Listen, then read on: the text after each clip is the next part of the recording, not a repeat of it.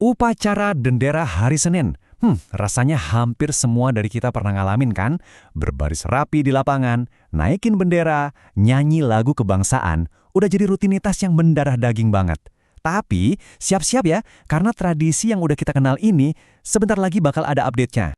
Betul sekali. Rutinitas yang udah berjalan puluhan tahun ini akan segera punya aturan main baru. Pemerintah baru aja ngeluarin beberapa perubahan penting yang bakal berlaku di setiap sekolah. Nah, pertanyaannya apa persisnya yang baru? Yuk, kita bongkar bareng-bareng. Oke, jadi semua perubahan ini bukan cuma gosip, ya. Ini resmi datang dari satu sumber, Surat Edaran Kementerian Pendidikan. Jadi ini bukan wacana lagi, tapi udah jadi instruksi langsung yang wajib diikuti semua sekolah. Artinya, informasi yang akan kita bedah ini valid dan datang langsung dari pusat. Oke, jadi isinya apa sih surat edaran ini? Dan yang lebih penting lagi, kenapa coba pemerintah tiba-tiba ngerasa perlu ngubah sesuatu yang udah berjalan begitu lama?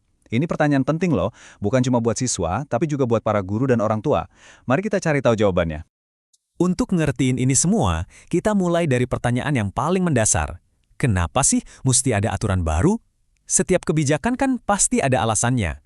Dan inilah motivasi utama di balik perubahan yang bakal kita lihat di lapangan upacara nanti. Dan ternyata jawabannya, ya jelas banget, tertulis langsung di surat edarannya. Tujuannya adalah untuk penguatan karakter serta penguatan rasa nasionalisme dan jiwa patriotisme. Intinya pemerintah tuh pengen upacara bendera nggak cuma jadi ritual mingguan yang gitu-gitu aja, tapi jadi momen aktif buat ngebentuk karakter dan numbuhin rasa cinta tanah air. Terus gimana caranya? Nah ternyata pemerintah nggak ngerombak total kok. Mereka cuma nambahin 2 elemen kunci yang dianggap bisa mencapai tujuan besar tadi.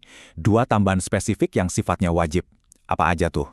Tambahan yang pertama, ini berhubungan sama ucapan. Namanya, Ikrar Pelajar Indonesia.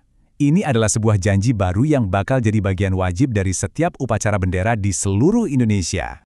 Lalu, kapan ikrar ini diucapin? Nah, posisinya udah diatur banget.